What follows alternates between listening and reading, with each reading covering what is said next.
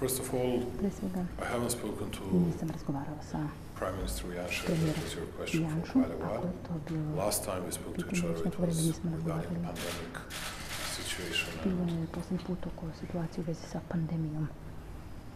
He was asking for something, I was asking for On something. je nešto We had tražio, ja to sam nešto tražio.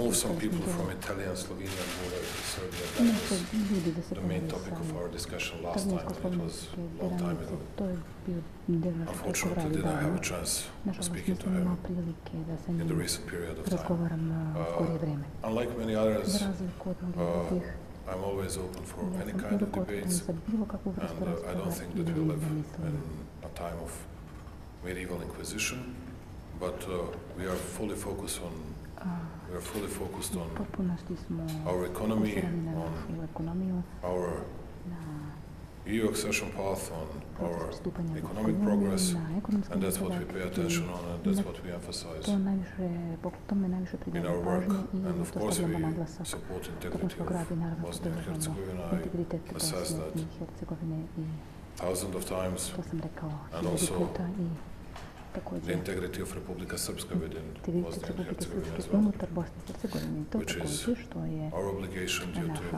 obaveza Dayton Peace Accord u skladu sa signed Daytonskim 26 years ago. mirovnim sporazumom potpisan prije 6 godina. I haven't seen any papers. Nisam video nikakve papire, No one nikakve have dokumente. ever presented it to me. Niko mi And nikada I to cannot nije lie about pokazao it i just ne to mogu tome da lažem.